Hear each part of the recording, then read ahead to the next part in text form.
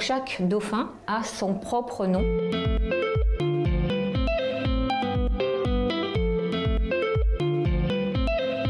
Il n'y a pas de mâle alpha, au contraire, en fonction de la situation, en fonction du problème à résoudre, c'est l'animal qui a le plus d'expérience qui va prendre le leadership.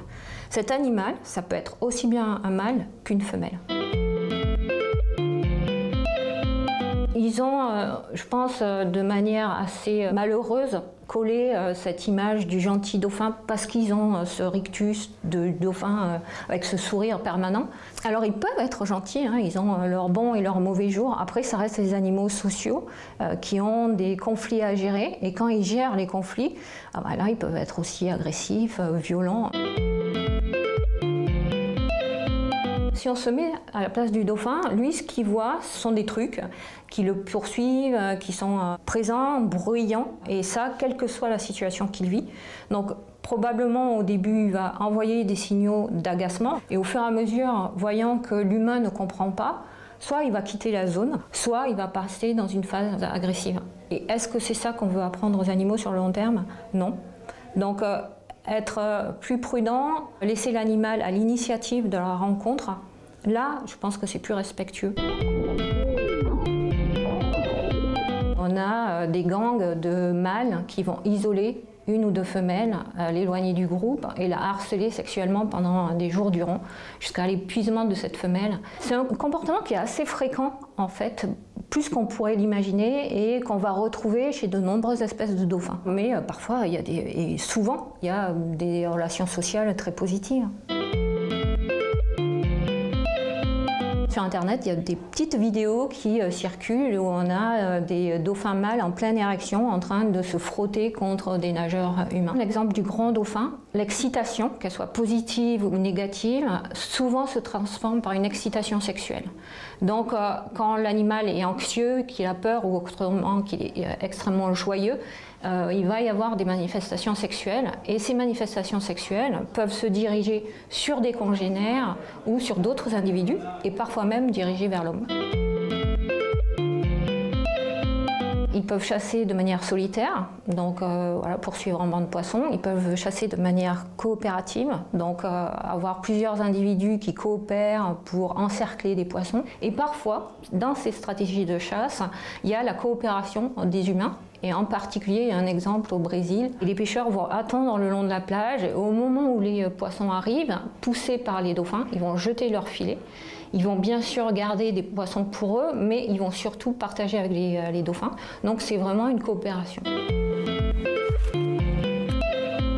Ils respirent par les vents, qui est cette narine située au haut de la tête. Et donc il y a tout un tractus aérien qui permet d'avoir de l'air qui va arriver aux poumons, puisque ce sont des mammifères. Un dauphin qui est en hyperactivité, qui bouge beaucoup, etc., ou qui a vraiment des moments très intenses, il va respirer plus fréquemment.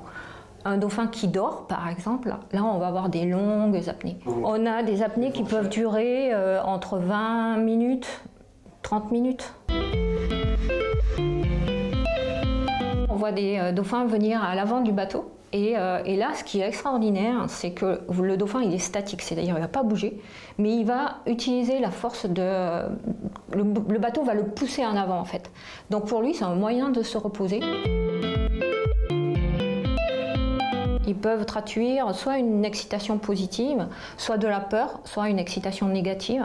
Donc en fonction de la forme du saut, soit c'est des pirouettes, soit c'est des cabrioles à l'envers, à l'endroit, des retombées sur le côté, etc. On ne va pas du tout attribuer la même fonction au saut. Une fois que l'animal retombe dans l'eau, il va créer une gerbe de bulles. Et un gros nuage de bulles d'air permet aux autres dauphins qui font de l'écolocalisation, donc qui cliquent, de repérer où le dauphin est tombé. Donc ça a effectivement, très certainement, un rôle de communication, une fonction de communication dans l'air, mais aussi dans l'eau.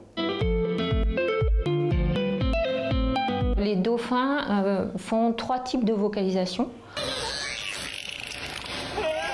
Des sifflements, des clics qui servent plutôt à la navigation, à l'écolocalisation, et une grande variété de sons qu'on appelle les sons pulsés, qui sont des sons sociaux. Il y a un sifflement qui est particulier, qu'on appelle la signature sifflée, et qui est une manière de se nommer, de s'identifier.